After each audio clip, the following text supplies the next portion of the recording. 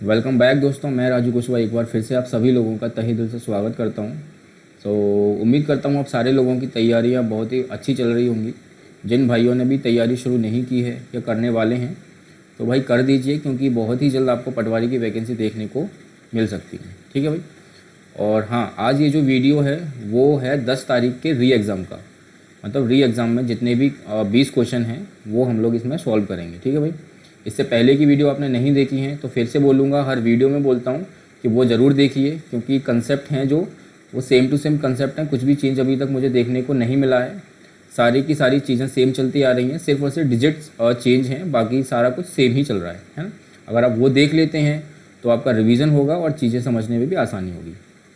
तो चलिए, और हाँ, मैं एक काम करूँगा, सारे वीडियोज़ की जो लिंक हैं वो इस वीडियो के डिस्क्रिप्शन में डाल दूंगा। ठीक है, तो आप वहाँ से डायरेक्टली उनको एक्सेस कर पाओगे। ठीक है भाई। तो चलिए इस वीडियो को शुरू करते हैं और क्वेश्चन नंबर फर्स्ट देखते हैं। देखिए क्वेश्चन नंबर फर्स्ट है, पिता और पुत्र की आयु में अभी 24 वर्ष का अंतर है। मतलब प्रेजेंट में जो डिफरेंस है उनकी आयु में वो 24 वर्ष का है। यदि 5 वर्ष पहले पिता की आयु अपने पुत्र की आयु की 3 गुनी थी तो अभी पुत्र की आयु क्या है ये आपको बतानी है। ठीक है, मतलब 5 वर्ष पहले पिता और पुत्र की आयु के बारे में बोला गया है। तो ये पिता हैं और ये हैं पुत्र। तो 5 वर्ष पहले अगर पुत्र 1 साल का था तो पिता थे 3 साल के। ठीक है भाई, तो थोड़ा छोटे पिता हो गए, लेकिन ये रेशो फॉर्म में लिख रहा हूँ मैं। ठीक है, देखिए 5 वर्ष पहले अगर पिता 1 यूनिट का था तो पिता थे, सॉरी, पुत्र 1 यूनिट का था तो पिता थे 3 यूनिट के। ठीक है भाई। अब देखिए मुझे एक बात बताइए, चाहे मैं 5 वर्ष पहले बात करूं, चाहे मैं 5 वर्ष बाद बात करूं, चाहे मैं प्रेजेंट की बात करूं, आयु का जो डिफरेंस होगा वो हमेशा सेम होगा। आप बोलेंगे बिल्कुल सर, क्यों होगा? क्योंकि सारे लोगों की आयु एक साथ बढ़ती है। यहाँ पे पिता और पुत्र की आयु में अभी 24 वर्ष का अंतर है प्रेजेंट में, तो वो वही अंतर 5 वर्ष पहले भी होगा और वही 24 वर्ष का अंतर 5 वर्ष बाद भी होगा, और जब तक जीवित रहेंगे दोनों 24 वर्ष का ही अंतर रहेगा। ठीक है भाई, तो ये अंतर कभी चेंज नहीं होने वाला। तो 5 वर्ष पहले का ये रेशो है। सो यहाँ पे देखिए डिफरेंस कितने का है, 2 यूनिट का। ठीक है भाई, और क्वेश्चन में है 24 यूनिट का, 24 वर्ष का। तो यहाँ से अगर मैं 1 यूनिट की वैल्यू निकालूंगा तो आप बोलेंगे 12 आ जाएगी। तो यहाँ से मैं पुत्र की आयु निकाल सकता हूँ भाई 12 का मल्टीप्लाई करके, तो ये आ जाएगी 12। अब देखो बहुत सारे बच्चे अगर ऑप्शन में 12 आंसर दे रखा होता तो 12 टिक करके निकल जाते, लेकिन ऑप्शन में अच्छी बात है 12 नहीं दे रखा। तो ये जो 12 वर्ष आया है ना भाई, ये है 5 साल पहले, लेकिन आपसे पुत्र की आयु पूछी है प्रेजेंट में। तो प्रेजेंट में आने के लिए आपको इसमें 5 ऐड करना होगा, तब आपका आंसर 17 निकल के आएगा, और यही है पुत्र की वर्तमान आयु। ठीक है भाई, तो option number first easy question था। चलिए क्वेश्चन नंबर 2 देखिए।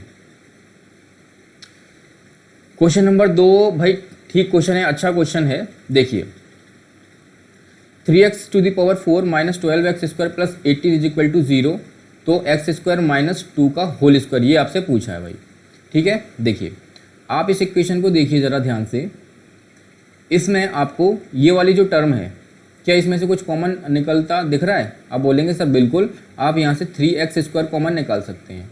अगर मैं 3x स्क्वायर कॉमन निकालूंगा इतने में से तो मुझे मिलेगा x स्क्वायर माइनस 4 और ये प्लस का 18 इज इक्वल टू 0। इससे आगे आप इस इक्वेशन का कुछ नहीं कर सकते। ठीक है भाई, अब आ जाते हैं यहाँ पे।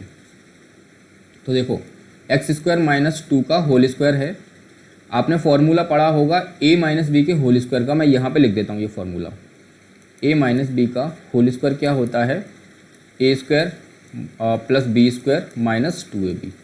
ठीक है भाई, ये फॉर्मूला है भाई, इसको याद कर लीजिए, बल्कि याद होना चाहिए। ऐसे फॉर्मूले बिल्कुल बेसिक फॉर्मूले याद होना चाहिए। अब इसी फॉर्मूले के अकॉर्डिंग मैं इसको खोलूँगा। ठीक है भाई, तो देखो a स्क्वायर मतलब x टू दी पावर 4 हो जाएगा, एक्स स्क्वायर का square, plus B square 4 minus 2ab मतलब माइनस 2 और 2 इंटू 2 और एक्स स्क्वायर। ठीक है भाई, तो कितना हो जाएगा x to the power 4 plus 4 minus 4x square. ठीक है, अब देखिए यहाँ से इन दोनों में से मैं क्या करता हूँ, एक्स स्क्वायर कॉमन निकाल लेता हूँ। तो यहाँ पे बचेगा एक्स स्क्वायर और यहाँ पे बचेगा माइनस का 4। तो माइनस का 4 मैंने यहाँ लिख लिया और ये प्लस का 4 है वो भी मैंने लिख दिया यहाँ पे। ठीक है भाई, अब देखिए क्या आपको इस इक्वेशन में और इस इक्वेशन में कुछ सेम दिख रहा है? आप बोलेंगे सर एक्स स्क्वायर माइनस 4 यहाँ पे भी है, एक्स स्क्वायर माइनस 4 यहाँ पे भी है। तो मैं क्या करता हूँ, यहाँ से एक्स स्क्वायर माइनस 4 की वैल्यू निकाल लेता हूँ।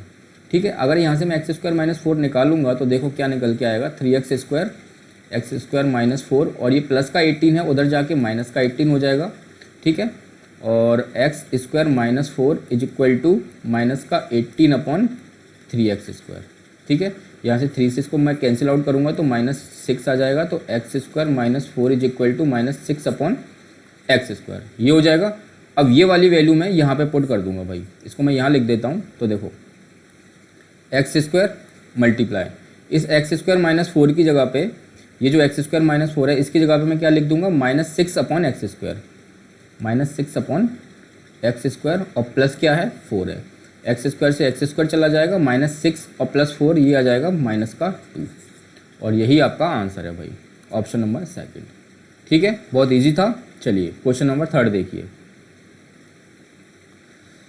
हाँ जी, देखो इस टाइप के क्वेश्चन भी अपन प्रीवियस शिफ्ट में कर चुके हैं, और वहाँ पे मैं आपको बहुत अच्छे से बता चुका हूँ कि क्या करना होता है। तो देखो यहाँ पे भी अपन क्या करेंगे, सबको एक काम करते हैं, 3 की पावर में लिख लेते हैं भाई।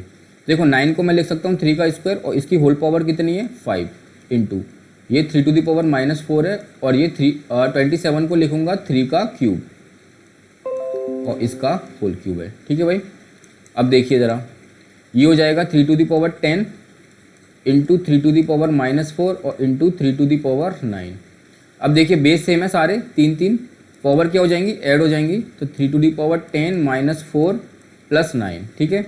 तो ये हो जाएगा 10 - 4 6 और 9 15, तो 3 टू दी पावर 15, और 3 टू दी पावर 15 ही आपका आंसर है, ठीक है भाई। समझ में आ गया, इजी था। चलिए क्वेश्चन नंबर 4 देखिए। क्वेश्चन नंबर 4 में भी सेम चीज़ है, सारी की सारी पावर्स को 3 में चेंज कर लो। देखिए कैसे करेंगे, 9 को 3 का स्क्वायर लिख सकता हूँ, और ये होल पावर में कितना चल रहा है 3/2 इंटू 81 को क्या लिखूँगा 3 टू दी पावर 4 लिख लूँगा, और इसकी पावर कितनी है 2/4, ठीक है, डिवाइडेड बाय 27 को लिखूँगा 3 टू दी पावर 3, और होल पावर कितनी है 2/3, ठीक है, ये 2 है। अब देखिए साथ में क्या चल रहा है 3 टू दी पावर x की वैल्यू हमें निकालनी है। तो देखो जब मैं ये ब्रैकेट ओपन करूँगा तो 2 से 2 जाएगा, और 4 से ये 4 चला जाएगा, मल्टीप्लाई होता है ना भाई, और ये 3 से 3 चला जाएगा, तो ऊपर क्या बचेगा 3 का क्यूब और 3 का स्क्वायर अपॉन 3 का square is equal to 3 to the power x। ये 3 स्क्वायर से 3 स्क्वायर कट जाएगा, तो 3 का क्यूब आ जाएगा 3 की पावर x के बराबर। आप यहाँ से कंपैरिजन करेंगे तो 3 इज इक्वल टू एक्स, तो x की वैल्यू कितनी निकल के आ गई 3, और 3 ही आपका आंसर है भाई, ठीक है। इजी था, सेम ही क्वेश्चन था, सिर्फ और सिर्फ 3 की पावर में चेंज करना था, बाकी कुछ भी नहीं था। चलिए क्वेश्चन नंबर 5 देखिए।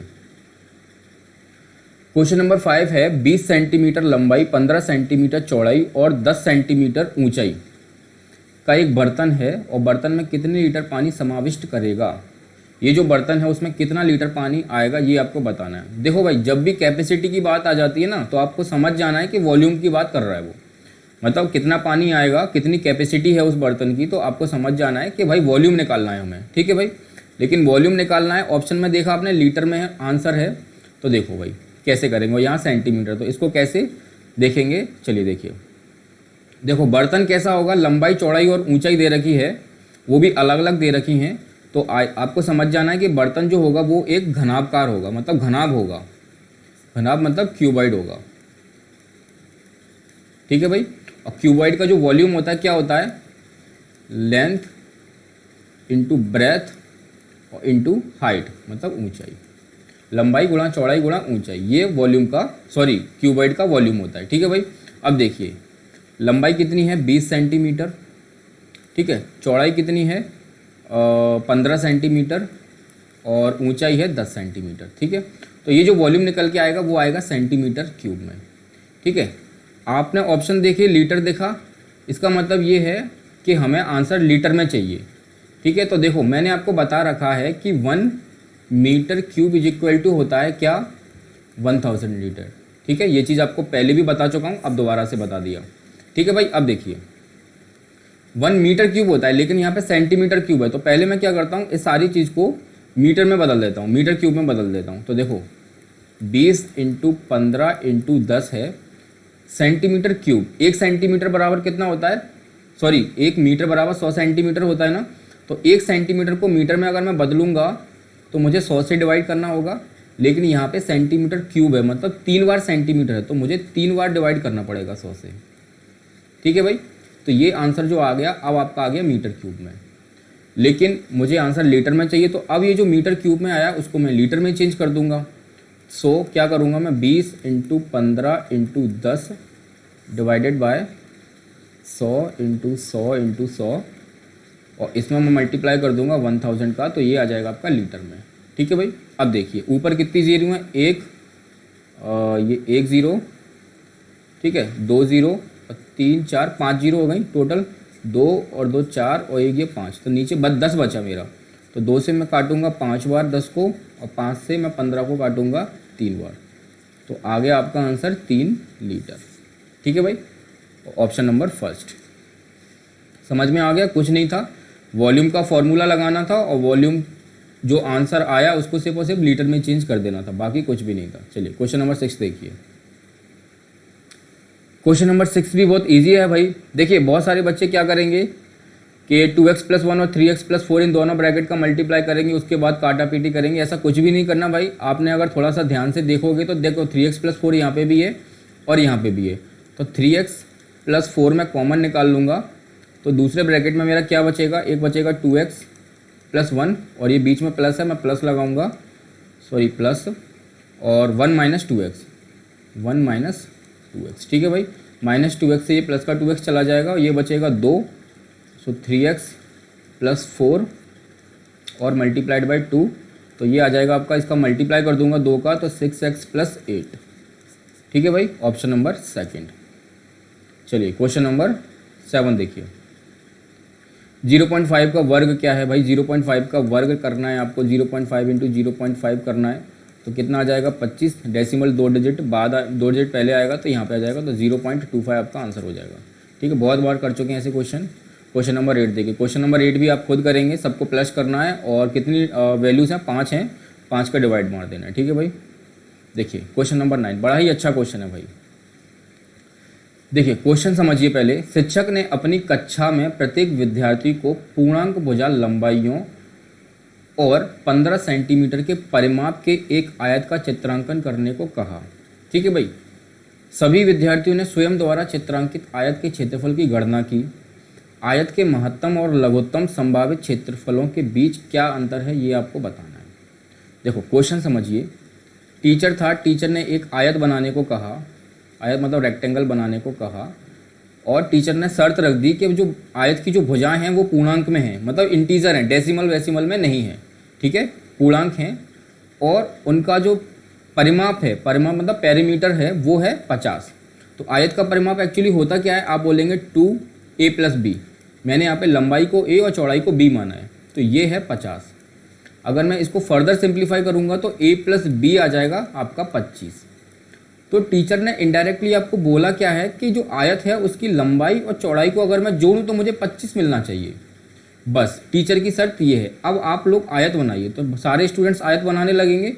ठीक है, कोई लंबाई को कुछ मानेगा, कोई कुछ मानेगा, और इस तरीके से वो आयत बनाएंगे, लेकिन उनकी लंबाई और चौड़ाइयों का सम जो होगा वो 25 ही होना चाहिए भाई। ठीक है, अब देखो मान के चलिए किसी स्टूडेंट ने आयत की लंबाई को 1 मान लिया, और तो चौड़ाई को कितना मानना पड़ेगा, 24 मानना पड़ेगा, तभी तो उनका सम 25 होगा।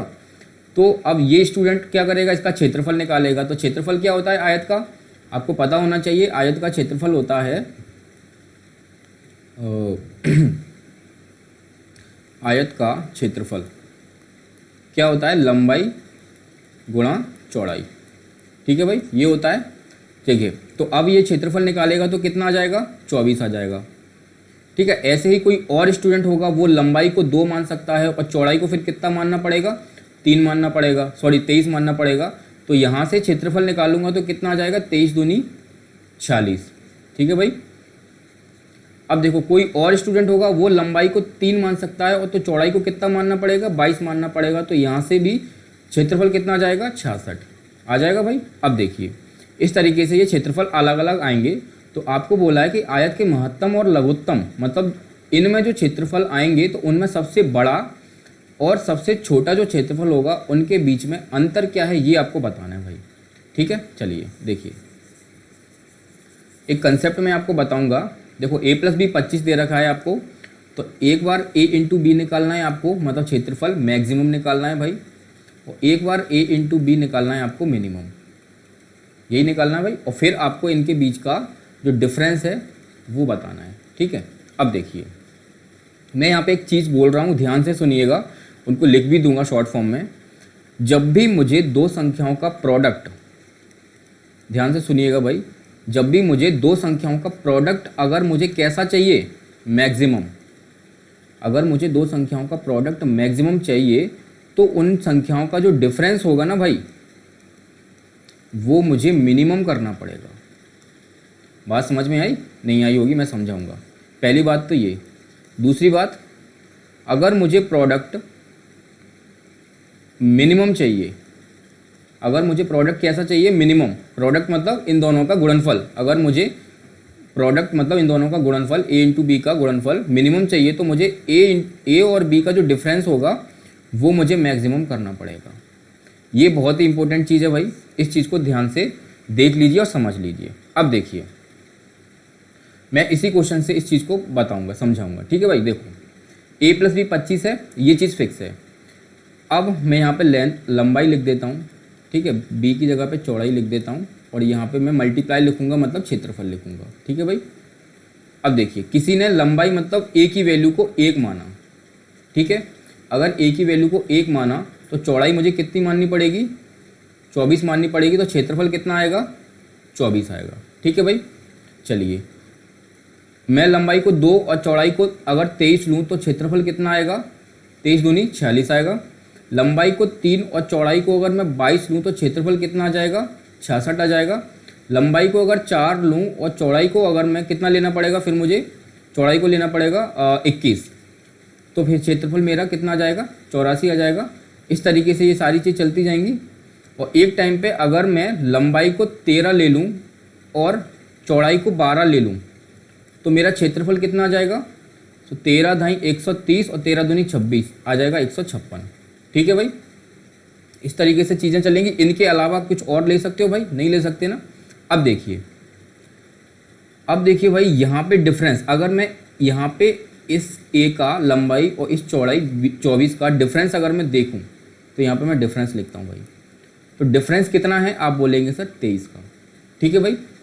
अब देखिए यहाँ पे डिफरेंस कितना है, आप बोलेंगे सर 21 का डिफरेंस है। यहाँ पे डिफरेंस कितना है, आप बोलेंगे 19 का डिफरेंस है। और यहाँ पे कितना डिफरेंस है, 17 का डिफरेंस है। और यहाँ पे कितना डिफरेंस है, 1 का डिफरेंस है। यही डिफरेंस चलते आ रहे हैं। अब देखिए भाई जब मेरा डिफरेंस इन सब में मैक्सिमम है, मतलब 23 है, इन सब में मैक्सिमम 23 ही है ना भाई। जब मेरा डिफरेंस 23 है मतलब मैक्सिमम है, तब एरिया देखिए भाई, क्या ये एरिया में ये मिनिमम नहीं है, क्या मेरा ये मिनिमम नहीं है। तो यहाँ से मुझे क्या ये वाली पहली वाली चीज़ प्रूफ हुई, जब मेरा डिफरेंस a और b का मैक्सिमम है, सॉरी ये दूसरी वाली चीज़ है, डिफरेंस मेरा मैक्सिमम है इन दोनों में। देखिए डिफरेंस अगर मेरा मैक्सिमम है 23 तो मुझे जो प्रोडक्ट मिला 24, वो सारे में ये सारे इस तरफ के में मिनिमम पाया गया, ठीक है। अब देखिए यहाँ पे आ जाइए, जब मेरा प्रोडक्ट मतलब प्रोडक्ट मेरा मैक्सिमम है 156, तब मुझे डिफरेंस क्या मिला, मिनिमम। बात समझ में आई। तो जब मेरा, या मैं ये कह सकता हूँ कि जब मेरा डिफरेंस मेरा मिनिमम है तो प्रोडक्ट मुझे 156 मैक्सिमम मिला, इससे ज़्यादा आपका प्रोडक्ट नहीं मिल सकता, ठीक है भाई। तो देखो यहाँ से अगर आपको एक तो ये चाहिए था मिनिमम क्षेत्रफल और एक चाहिए था मैक्सिमम क्षेत्रफल, ठीक है। तो एक जब आपको मिनिमम चाहिए तो आपकी भुजाएं होंगी 1 और 24, जब आपको मिनिमम क्षेत्रफल 24 चाहिए तो आपकी भुजा होंगी 1 और 24, और जब आपको मैक्सिमम क्षेत्रफल चाहिए तो आपको भुजाओं को मानना पड़ेगा 13 और 12, ठीक है भाई। तो इस तरीके से आपने देखा, ये चीज़ प्रूव कर दी मैंने। ये चीज़ यहाँ पे ही नहीं, आगे भी बहुत काम आएगी भाई, और बहुत इंपॉर्टेंट है ये। आपको वही यही पूछा था कि इस मिनिमम और इस मैक्सिमम का डिफरेंस, तो 156 और 24 का जो डिफरेंस आएगा कितना आएगा, 6 में से 4 गया 2 और ये 13, 132। ये सॉरी यहाँ पे शायद आपको नहीं दिख रहा होगा, तो ये जो डिफरेंस है ये कितना आ जाएगा भाई, 156 और 24 का जो डिफरेंस होगा वो आ जाएगा 132, और ये 132 ही आंसर है भाई, ठीक है। तो आई होप समझ में आ गया होगा। थोड़ा सा कंसेप्चुअल क्वेश्चन था बस, और कुछ भी नहीं था। अगर आपको ये चीज़ मालूम है ये प्रोडक्ट वगैरह के बारे में तो आप इस क्वेश्चन को ईजिली कर पाओगे, वरना थोड़ा सा टाइम लगेगा आपको, फिर 1 बाय 1 देख के करना पड़ेगा भाई, ठीक है। चलिए क्वेश्चन नंबर 10 पे देखिए। एक लड़का 2 किलोमीटर पर घंटे की गति से विद्यालय जाता है और 3 किलोमीटर पर घंटे की गति से वापस आता है। ठीक है, मतलब जाने और आने में मेरी जो डिस्टेंस है वो इक्वली है, मतलब कांस्टेंट है, वो बदल नहीं रही है। ठीक है भाई, वो क्या है, कांस्टेंट है।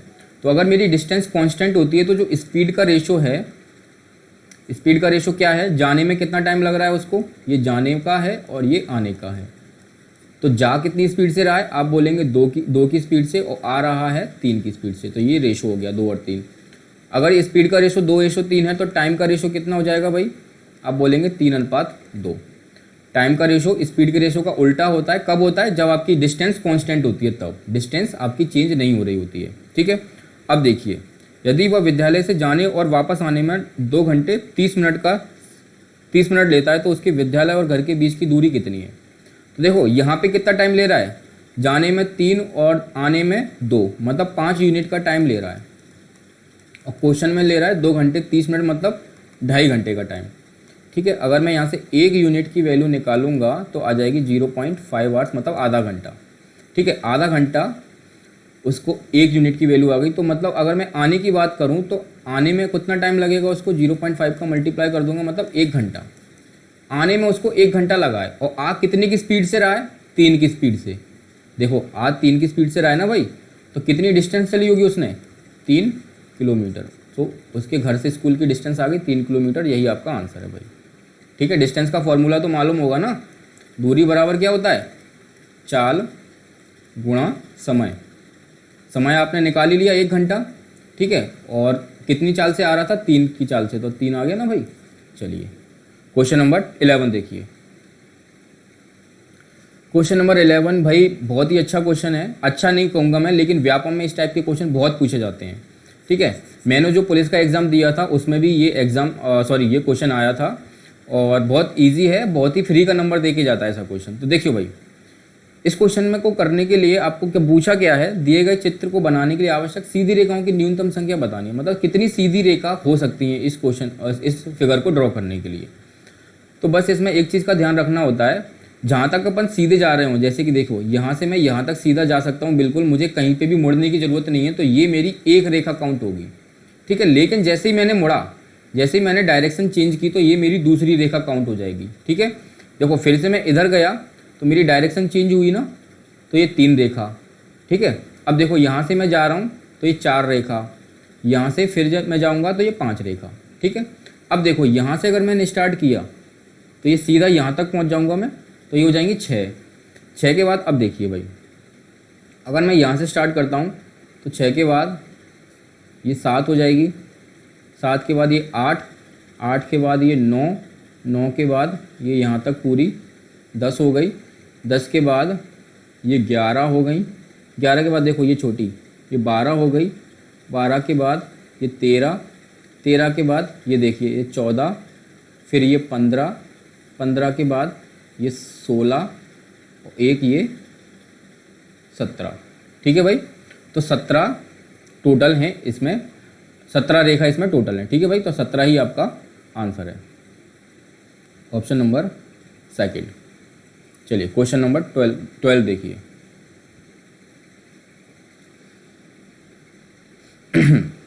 एक 300 मीटर लंबी रेलगाड़ी एक खंभे को 45 सेकंड में पार करती है। रेलगाड़ी द्वारा 700 मीटर लंबे पुल को पार करने में लिया गया समय बताना है भाई। इस टाइप का क्वेश्चन भी अपन कर चुके हैं भाई, मैंने आपको बता रखा है, जब भी रेलगाड़ी खंभे को पार करेगी तो एज अ डिस्टेंस वो सिर्फ अपनी लेंथ के बराबर दूरी तय करेगी, और जब भी रेलगाड़ी पुल को या स्टेशन को पार करेगी तो अपनी लेंथ के साथ साथ वो पुल या प्लेटफॉर्म की लेंथ को भी पार करेगी। तो देखो सबसे पहले क्या करना है, खंबे को पार कर रही है तो यहाँ से अपन की निकाल लेते हैं रेलगाड़ी की चाल।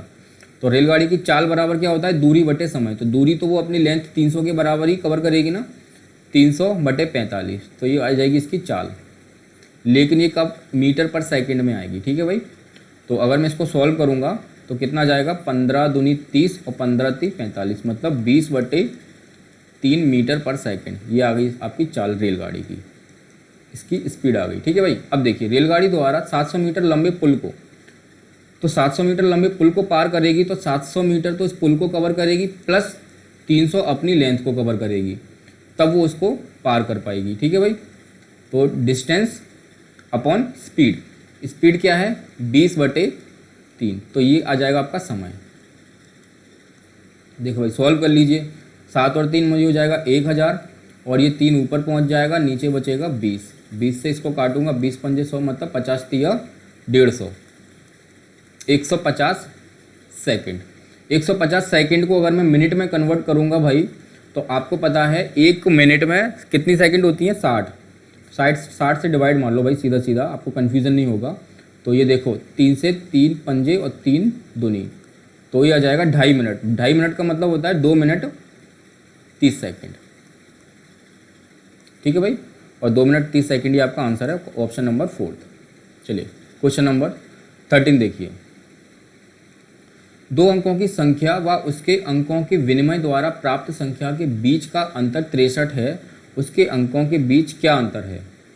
क्वेश्चन समझिए भाई, 2 अंकों की संख्या है, जैसे मान के चलिए 25 है। ठीक है, अगर मैं इसके अंकों को पलट दूं, मतलब ये जो यूनिट डिजिट है इसको टेंस पे ले आऊँ और टेंस वाले को यूनिट पे ले आऊँ, मतलब मैं 52 कर दूं, तो इनका जो डिफरेंस दे रखा है वो 63 दे रखा है। इस तरीके से क्वेश्चन है। तो आपको ये जो 5 और 2 है, जो संख्या मैंने मानी है, डिजिट्स मैंने मानी है, उनके बीच अंतर क्या है वो बताना है। देखो 2 अंकों की संख्या को लिखने का जो मैथमेटिकल फॉर्म है वो क्या होता है 10x + y, यही होता है भाई। जैसे मान के चलिए अगर मुझे संख्या 25 को लिखना है तो मैं क्या लिखूंगा, 5 + 10 × 2 लिख दूंगा ना, तो 10 दूनी 20 और 5 25 आ जाएगा। तो ये क्या है मैथमेटिकल फॉर्म है, इस तरीके से। तो यहाँ पे y जो होता है वो यूनिट डिजिट होता है, और ये जो x होता है वो क्या होता है टेंस डिजिट होता है। ठीक है, मतलब y इकाई का अंक और x दहाई का अंक होता है। ठीक है भाई, चलिए अब क्या किया मैंने, इनकी डिजिट्स को बदल दिया, मतलब आपस में यूनिट पे टेंस को ले आया और टेंस पे यूनिट को ले आया, मतलब मैंने क्या कर दिया 10y + x कर दिया। ठीक है, अब इनका जो डिफरेंस है, अब यहाँ पे मैं माइनस लगा रहा हूँ, तो यहाँ पे मुझे ब्रैकेट यूज़ करना पड़ेगा, क्योंकि माइनस जो है इन साइन को चेंज कर देता है। तो अब देखो ये जो संख्या है और ये जो संख्या, इनका जो डिफरेंस है वो आपको 63 दे रखा है। ठीक है भाई, 63 दे रखा है। अब देखिए 10x + y माइनस 10y हो जाएगा, और ये प्लस माइनस x हो जाएगा, = 63। यहाँ से आप देखेंगे ये 10x प्लस का और ये माइनस का x, तो ये जाएगा 9x, और ये प्लस का y और ये माइनस का 10y, तो माइनस का 9y, = आ जाएगा 63। ठीक है, यहाँ से x - y और 9 मैंने निकाल लिया बाहर, तो ये आ जाएगा 63, और x - y कितना जाएगा 63/9 मतलब 7। तो x - y क्या था, यही आपको निकालना है। आपको बोला है इसके अंकों के बीच अंतर क्या है, तो पहला अंक क्या था x और y, तो ये इन दोनों के अंकों के बीच अंतर है 7 का। ठीक है भाई, ऑप्शन नंबर 3 समझ में आ गया। चलिए क्वेश्चन नंबर 14 देखिए। क्वेश्चन नंबर 14 है, श्यामा गत्ते का उपयोग करते हुए एक खिंचाव में प्रतिदिन 6 घंटे कार्य कर 4 दिनों में एक शॉपिंग कॉम्प्लेक्स का प्रतिरूप तैयार करती है, लेकिन यदि वह इसे 3 दिनों में समाप्त करने का निश्चय करती है तो उसे प्रतिदिन कितने और अधिक घंटे कार्य करना चाहिए। देखो भाई मैंने आपको बता रखा है टोटल वर्क के इक्वल टोटल वर्क रख दो और कुछ भी नहीं है। मान के चलिए जैसे कि वो बोल रही है कि श्यामा है वो 6 घंटे रेगुलर काम करती है और 4 दिनों में उसको काम को ख़त्म कर देती है। ठीक है भाई, अब श्यामा को 3 दिन में काम ख़त्म करना है तो उसको कितने घंटे काम करना पड़ेगा रेगुलर, ये आपको पूछा है। तो देखो भाई यहाँ से अगर मैं निकालूँ तो 3 दूनी 6 और ये जो x की वैल्यू आ जाएगी 8 घंटे, आ जाएगी 8 घंटे। मतलब श्यामा को अगर 3 दिन में काम ख़त्म करना है तो उसको 8 घंटे रेगुलर काम करना पड़ेगा। श्यामा पहले कितना काम कर रही थी रेगुलर, 6 घंटे दे रखा है ना भाई, पहले 6 घंटे रेगुलर काम करती थी लेकिन अब कर रही है 8 घंटे। पहले 6 करती थी और अब कर रही है 8, तो कितना ज़्यादा काम करना पड़ रहा है उसको रेगुलर, 2 घंटे। तो यही 2 घंटे आपका आंसर है, ऑप्शन नंबर फर्स्ट। ठीक है भाई, चलिए क्वेश्चन नंबर 15 देखिए। बहुत ही ईजी क्वेश्चन है भाई, बिल्कुल ही ईजी क्वेश्चन है। देखिए x का 10% y के 20% के बराबर है, y के 20% के बराबर है। परसेंट से परसेंट को हटाओ भाई, 10 से ये चला जाएगा 2 बार, तो x और ये y को मैं नीचे ले आता हूँ, x/y, तो यहाँ पे क्या बचेगा 2 और यहाँ पे कुछ भी नहीं है तो 1 नीचे आ जाएगा। तो x रेशो जो y है वो कितना निकल के आ जाएगा 2:1। ठीक है, ऑप्शन नंबर सेकंड। चलिए क्वेश्चन नंबर 16 निम्न में से कौन सी अभाज्य संख्या 2176 को विभाजित करते समय 9 शेष छोड़ती है। तो देखो भाई, इस क्वेश्चन को करने के लिए आपको ऑप्शन की हेल्प लेनी पड़ेगी, क्योंकि इस क्वेश्चन को करने के लिए कोई स्पेशल मेथड नहीं है, आपको इसमें ऑप्शन की हेल्प लेनी पड़ेगी। टाइम कंज्यूमिंग क्वेश्चन है एक तरीके से, लेकिन अगर आपको डिजिट सम के बारे में पता है तो आप इसको इजीली कर पाओगे। लेकिन डिजिट सम को समझाने के लिए मुझे 1 घंटा चाहिए प्रॉपर, क्योंकि उसमें टाइम लगेगा, उसको मैं नहीं समझा पाऊंगा। तो आप इसको with the help of option कीजिए, ठीक है भाई। देखो, जैसे मान के चलिए अगर मैं 17 लेता हूँ, ऑप्शन नंबर 17 को फर्स्ट को आंसर मानता हूँ और 17 से इसको डिवाइड मारता हूँ 2176 को, तो क्या मुझे 9 शेष पर मिलेगा? देख लेते हैं। 17 एकम 17, ठीक है, कितना बचेगा? ये 11 में से 7 गया 4 और 7, 17 दूनी 34, कितना बचेगा? 3, 1 और ये 6 और 17 8 होता है 136। मतलब टोटल रिमाइंडर मुझे 0 मिल रहा है, लेकिन मुझे रिमाइंडर 9 चाहिए, तो 17 आपका आंसर नहीं है, ठीक है भाई। ऐसे ही आपको चेक करना होगा इसमें। तो अगर मैं 197 लेता हूँ, 197, तो 197 में लूँगा तो एक बार जाएगा 197, ये बचेगा 7 में से 7 0, 11 में से 9 2 और ये 6, 197 एक बार फिर से जाएगा, ये जाएगा 16 में से 7 गया 9 और ये 0 0, ठीक है। मतलब यहाँ से आपको रिमाइंडर कितना मिला? 9। तो आपका आंसर हो जाएगा ऑप्शन नंबर 4। तो बाय ऑप्शन आपको जाना पड़ेगा इस क्वेश्चन में, ठीक है भाई। चलिए क्वेश्चन नंबर 17 देखिए। क्वेश्चन नंबर 17 भी बहुत ईजी है भाई। देखो, 3 की पावर पे आपको 3 क्वेश्चन इस शिफ्ट में देखने को मिले, 2 अपन इससे पहले कर चुके हैं और एक ये रहा। कुछ भी नहीं करना, 3 की पावर में लिखना है बस। तो देखो 3 to the power x plus 2 है। इस 243 को मैं कितना लिखूँगा? 3 इंटू 3 इंटू 3 इंटू 3, ये हो जाएगा 81 और इंटू 3, 81 इंटू 3 करूँगा 243 आ जाएगा। तो मतलब 3 टू दी पावर 5 लिख सकता हूँ, ठीक है। 5 लिख दूंगा ना भाई, हाँ 5 में आ जाएगा। अब देखो बेस सेम है ना, तो इसका कंपैरिजन करोगे आप तो x plus 2 is equal to कितना हो जाएगा? 5। तो x की वैल्यू कितनी आ जाएगी? 3, और 3 ही इस क्वेश्चन का आंसर है, ऑप्शन नंबर सेकंड बी। चलिए क्वेश्चन नंबर 18 देखिए। 384, 432 और 1200 का HCF निकालना है आपको भाई। देखो HCF निकालने के लिए 2-3 मेथड होते हैं। फैक्टर मेथड होता है और division method, long division method जिसको बोलते हैं वो होता है, और एक होता है डिफरेंस मेथड। तो डिफरेंस मेथड से सबसे कम समय और बहुत इजी पड़ता है भाई। तो देखो डिफरेंस में क्या करते हैं, किन्हीं भी 2 संख्याओं का डिफरेंस लेते हैं, ठीक है। जैसे मान के चलिए मैंने इन दोनों संख्याओं का डिफरेंस लिया, तो मुझे क्या मिलेगा? ये देखो 432 है, ये 384 है, डिफरेंस मिलेगा मुझे 12 में से 4 जाएगा 8 और ये हो जाएगा 4 48। मुझे इन दोनों संख्याओं का डिफरेंस कितना मिला? 48। अब मुझे डिफरेंस मेथड क्या कहता है कि ये जो डिफरेंस मुझे 48 मिला है, या तो आपका HCF यही है, ठीक है, या फिर इसका कोई फैक्टर है। इसका फैक्टर क्या हो सकता है? 24 हो सकता है, 12 हो सकता है, 16 हो सकता है, ये हो सकता है, ठीक है। या तो आपका HCF ये 48 ही है या फिर इसका कोई ना कोई फैक्टर है।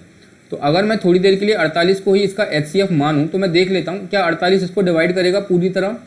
तो देख लो 48 को इसको डिवाइड करेगा, कितने बार करेगा?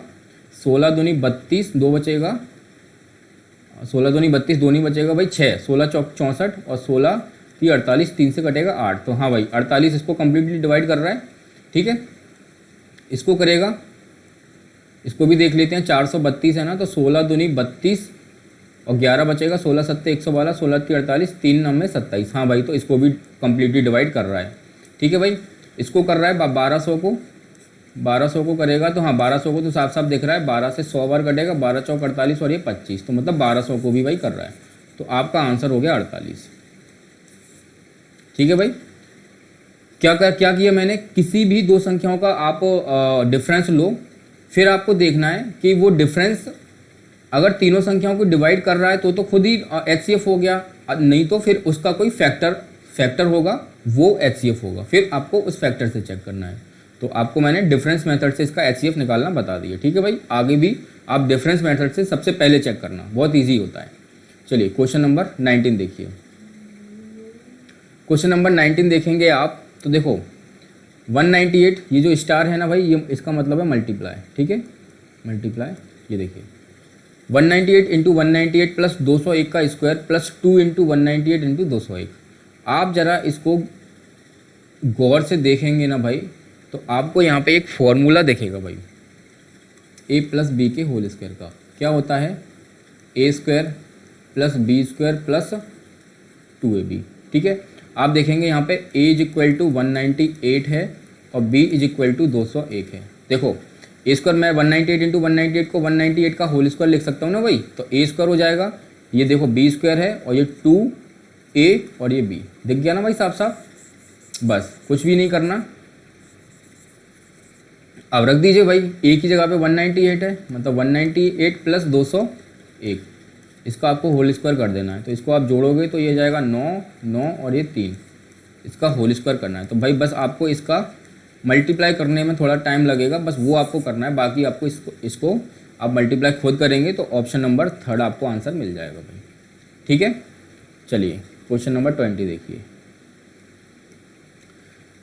क्वेश्चन नंबर 20 है, 3 व्यक्ति ए, बी और सी ने एक व्यापार को शुरू करने के लिए क्रमशः 3000 रुपये, 5000 रुपये और 7000 रुपये निवेश किए हैं। वर्ष के अंत में लाभ कितना है, ये 1 लाख रुपए होता है, जिसका 25% दान के लिए दिया जाता है। तो बी का हिस्सा ए के हिस्से से कितना अधिक है, ये आपको बताना है भाई। देखो इसमें एक कंसेप्ट काम करता है भाई, कैपिटल इनटू टाइम। अगर मैं कैपिटल में टाइम का मल्टीप्लाई कर देता हूँ तो मुझे प्रॉफिट मिलता है भाई, मुझे क्या मिलता है, प्रॉफिट मिलता है। तो देखो ए, बी और सी ने कैपिटल तो अलग अलग लगाई है, लेकिन टाइम जो है भाई सबका सेम ही है, टाइम किसी का भी अलग नहीं है। मतलब अगर 1 साल की बात हो रही है तो सबने 1 साल के लिए पैसे लगाए हैं। ठीक है, ये मैं ए ले लेता हूँ, ये बी ले लेता हूँ और ये सी ले लेता हूँ। लेकिन उसने बोला है कि जो लाभ हुआ है 1 लाख रुपए, उसका 25% उन्होंने दान कर दिया भाई। तो अगर मैं 1 लाख का 25% निकाल दूंगा तो मुझे कितना मिलेगा, मैं यहाँ पे देखो 1 लाख का 25% निकाल दूंगा तो बचेगा कितना, 75%। तो 75,000 रुपये बचेंगे ना मेरे पास, मतलब 75,000 रुपये को ही मैं ए और बी सी में बांटूंगा, क्योंकि 25,000 तो निकल गए। तो देखो अब पहले मैं निकालता हूँ इनका प्रॉफिट का रेशो। तो ए ने कितने रुपए लगाए हैं, 3,000, बी ने लगाए हैं 5,000 और सी ने लगाए हैं 7,000। ठीक है, कितने कितने साल के लिए, 1 साल के लिए। मैंने 1 का मल्टीप्लाई भी कर दिया, तो ये मुझे मिलेगा प्रॉफिट का रेशो। हालांकि इस 1 से कुछ होना नहीं है। तो देखो इसको मैं सॉल्व करूँगा तो 3 से 3 0 कटेंगी, तो जो प्रॉफिट का रेशो निकल के आएगा 3, 5 और 7, मतलब ए बी सी में इस रेशो में पैसे बांटे जाएंगे। ठीक है भाई, अब देखो सबसे पहले तो मैं क्या करता हूँ, 3, 5 और 7, ये कितना हो जाएगा, 5 और 3 8 और 7 15। तो 15 unit is equal to 75,000 sorry. तो यहाँ से 1 यूनिट की वैल्यू मैं निकालूंगा तो आ जाएगी 15 पंजे 75, हाँ 5,000। ठीक है, 1 यूनिट की वैल्यू आ गई 5,000। अब आपसे पूछा क्या है, बी का हिस्सा ए के हिस्से से कितना अधिक है। ये ए का हिस्सा था, ये बी का हिस्सा था, कितना अधिक है, 2 यूनिट ज़्यादा है ना भाई। तो मैं 2 यूनिट की वैल्यू ही निकाल देता हूँ डायरेक्ट। तो 2 यूनिट की वैल्यू आ जाएगी 5,000 इंटू 2, मतलब 10,000 रुपये, और यही 10,000 आपका आंसर है, ऑप्शन नंबर 2। ठीक है भाई, सो यहाँ पे अपन कंप्लीट 20 क्वेश्चन कर चुके हैं। अब जो अगला वीडियो आएगा वो इसके बाद हुई एग्ज़ाम की शिफ्ट का होगा, जैसे कि 10 के बाद 11 को हुआ है तो 11 की शिफ्ट का होगा। और अब मैं कोशिश करूँगा कि भाई इतना गैप ना लूँ मैं वीडियोस लाने में, जल्दी से जल्दी कोशिश करूँगा। अब टाइम इसलिए लग जाता है क्योंकि भाई अकेला हूँ और अभी मैंने शुरुआत की है, तो थोड़ा टाइम मुझे लगता है ना चीज़ों में। जैसे ही मुझे प्रैक्टिस होगी चीज़ों की तो जल्दी से जल्दी आप लोगों के लिए वीडियोस लेके आऊँगा और आपकी हेल्प को करूँगा। ठीक है भाई, तो यहाँ पे 20 क्वेश्चन कंप्लीट हो गए हैं। अब मैं आपसे विदा लूँगा और अगली वीडियो में मिलूँगा। लेकिन जाते जाते एक चीज़ फिर बोलूँगा, वीडियो लाइक कीजिए, शेयर कीजिए और सब्सक्राइब ज़रूर कीजिए भाई। ज़्यादा से ज़्यादा लाइक कीजिए, क्योंकि आपका लाइक ही मेरे लिए एक तरीके एनकरेजमेंट का काम करता है ना भाई। तो चलिए विदा लेता हूँ, और हाँ पिछली वीडियोस को ज़रूर देख लीजिएगा और उसकी लिंक मैं इस वीडियो के डिस्क्रिप्शन में डाल दूँगा। ठीक है भाई, चलिए, थैंक यू।